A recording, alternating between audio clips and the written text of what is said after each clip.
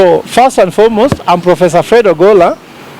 I am one of the conveners of Concerned Citizens Movement, and I'm a concerned citizen of Kenya just like any other person. So first of all, I want to explain to you why am I on the street today and why will I be on the street from tomorrow until we achieve our dream.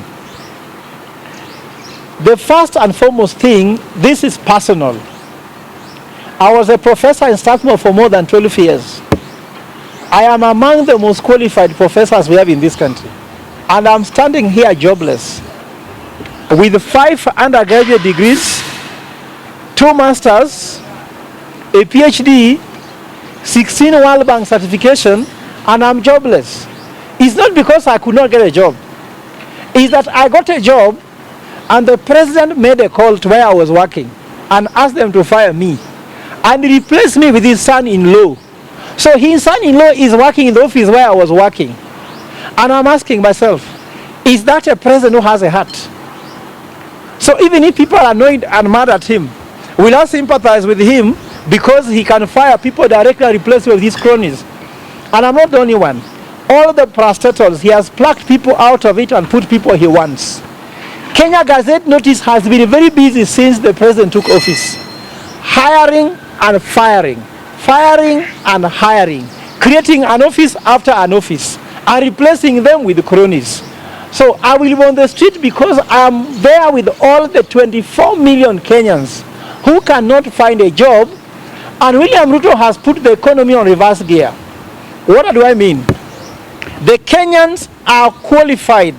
The human resource capacity of Kenya are ahead of the economy because the economy is being driven from the reverse gear.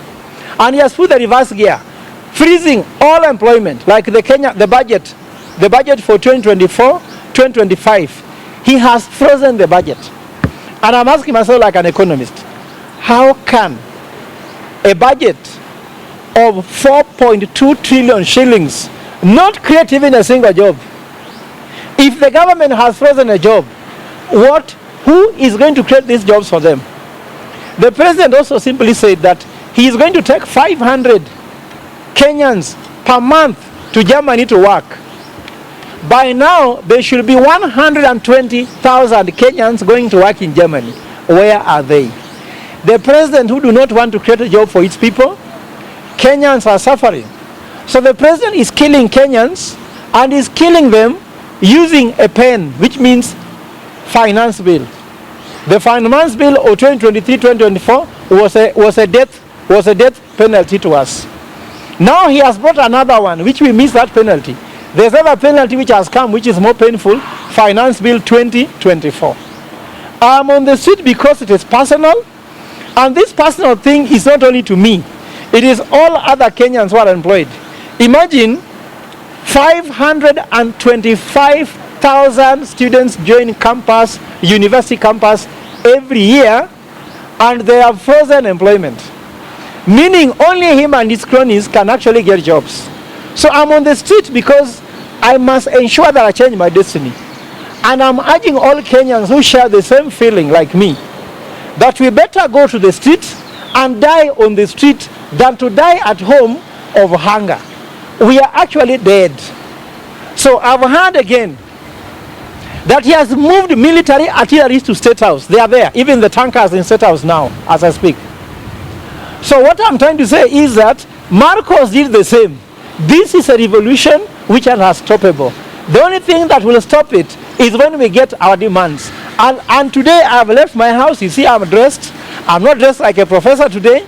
I've told my family, bye-bye. If you see me, it means Ruto is not the president.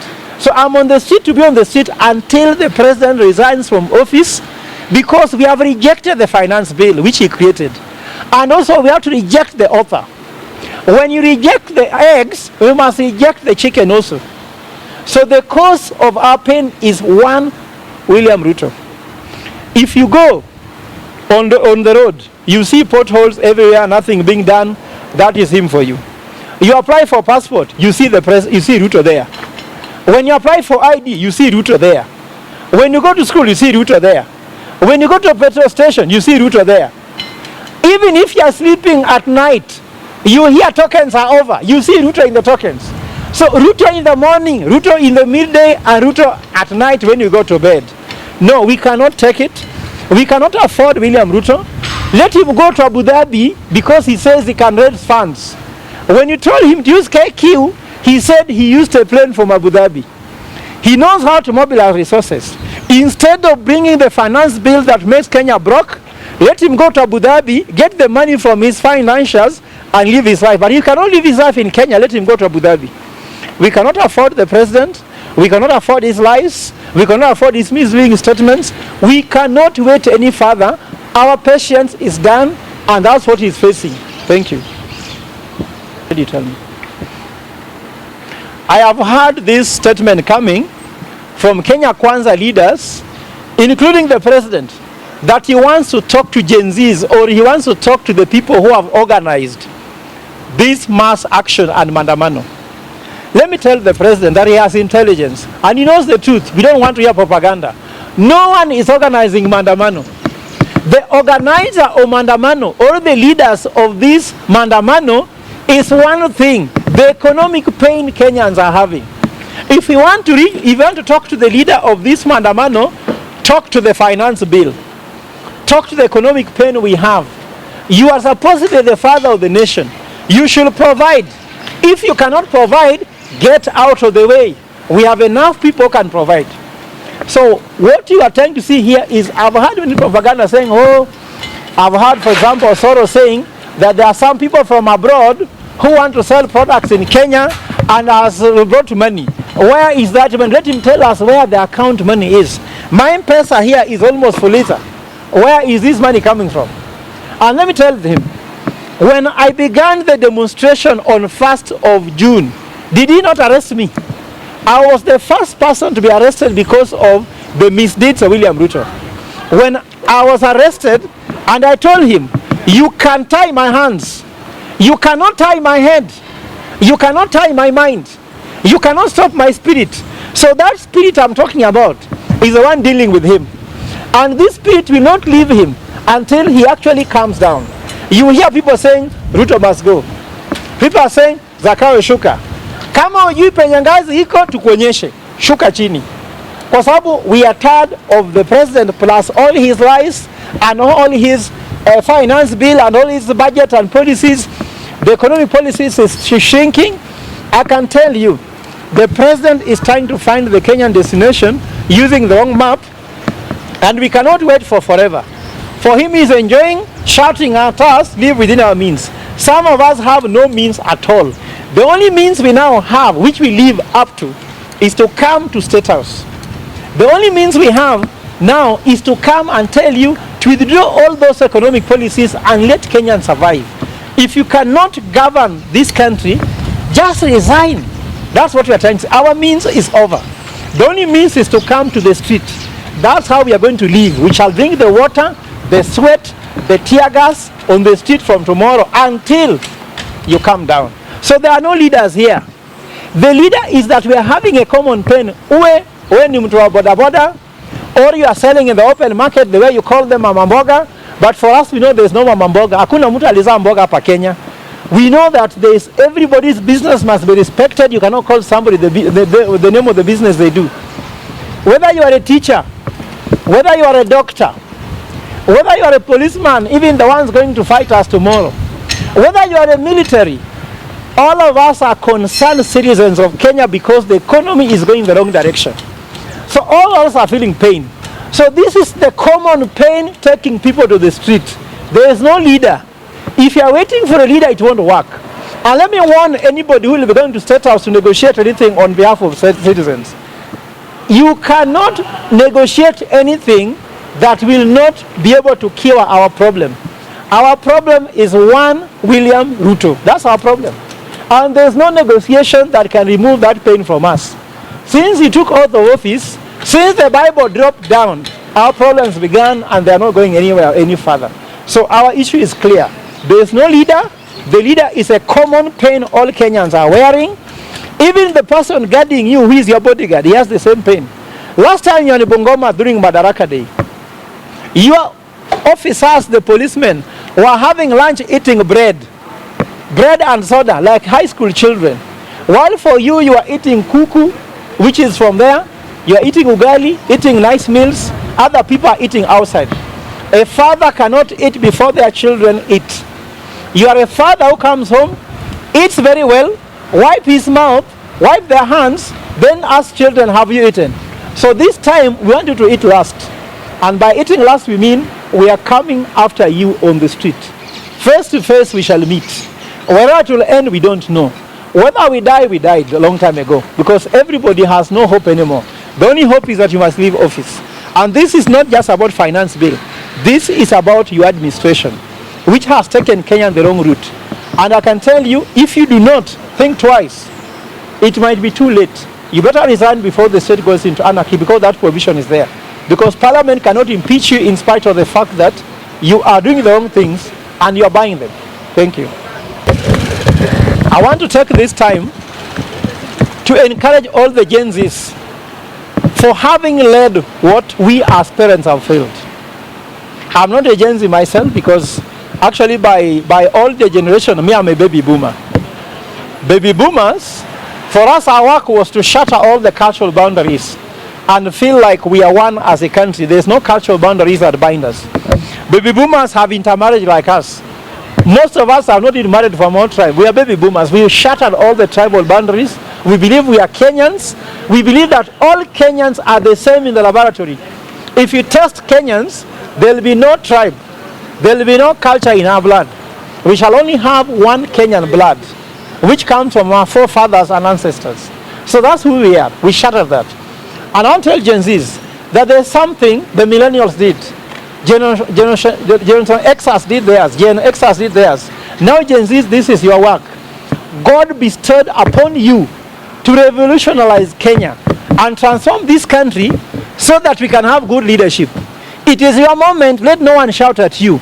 You are not children. You are above 18. You have age of consent. You are educated. You are not just children. You are also citizens. And citizens, you have a right. And you can demand for your rights. When you come to the street, demand for your rights. I want to tell all policemen who are coming tomorrow, we are coming with your children. We are coming with your uncles and nieces. We are coming with your aunts. We are coming with your grandmothers. Please know that if you shoot, you might just shoot your aunt. You might just shoot your daughter. You might shoot your son. So don't listen to what you are being told by the head of state. Because what's happening is, his time is up, but yours is not yet. So his time is up, yours is not up. So ensure you protect Kenyans. Be on the side of Kenyans, because that's the only side anyone can be. If you are on the side of the government, you are on the wrong side. The right side is being on the government, on the students, on the citizen side. And we are just concerned citizens. We are nothing else. We are not terrorists. We are not anything else. We are not trying to demand something wrong. We are just citizens who are concerned, who are demanding their rights, and they deserve to demand for those rights. And no one should tell us what to do, because all of them have been defeated. Some of our parents have agreed that there's a system. Some of them have agreed that there's a deep state. Some of them have agreed that there are structures. But remember, Gen Zs are what I call mold breakers. They have broken all the mold. Don't tell us to go to the regional office to look for permission from the police. Those are molds. We don't buy molds here. For us, there's no mold. We know we have a right. We come to the street and we show our discontent and to show the government the direction, because we have listened for almost 2 years. No direction is going on. So I can encourage you, continue what you are doing, because if you don't do it, no more generation will do what you are doing now. It has been stood upon you by God. And I want to encourage you, do not be desperate. You are not fighting your own battle. You are fighting the battle of Yahweh. In Numbers 21:14, Yahweh has never lost a battle. Even if you read Romans 12:21, Yahweh always wins. And you will win. Don't be desperate. Do not be threatened by tankers. They are not enough to finish us. The ones which will remain will take Kenya forward. And for now, we are taking an oath. It is life and death. When it is life and death, our study is different from someone trying to save his life. For us, it is life and death. You save your life. Jesus said, if you give up your life, it will be given to you. If you keep it so tightly, it will be taken away. So we live tomorrow, we are giving our life, and that life will be given back to us. Thank you.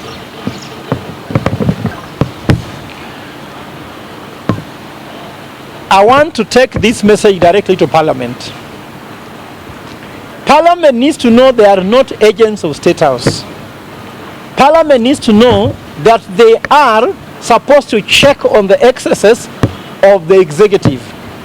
They are the third arm of government, or one of the three arms of government. They should do their part.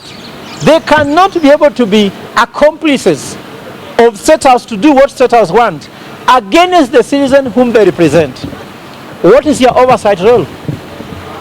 What is your representation role? Why don't you play those roles according to the Constitution of Kenya?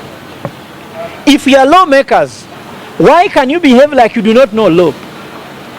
You are called lawmakers. How can lawmakers claim they have a bribe? I want to go very clearly. That Parliament of Kenya, the 13th Parliament, has become one of the worst horse trading houses in the history of Kenya. If I compare the Parliament where we had people like Paul Mwite, we had people like James Orengo, we had people like Raila Odinga, we had people like Anyang' Nyong'o, you had people like Orwa Jode. This kind of Parliament is just made of two geges who have no clue about what they are doing. Now, why am I saying this? It is in the papers today that MPs said they were given 2 million shillings each to vote yes for the finance bill. Now, I want to come clearly. I'm also told that after they voted yes, the MPs who voted yes were given 300,000 shillings thank you message. Now I'm hearing that tomorrow, the money coming there can be about 5 million shillings to pass this draconian finance bill. First of all, let me tell all the MPs saying they were being given. Please, can you name the names of who was giving you this money? Because you are leaving us somehow wondering. Who gave you the money? Who was giving the 2 million shillings?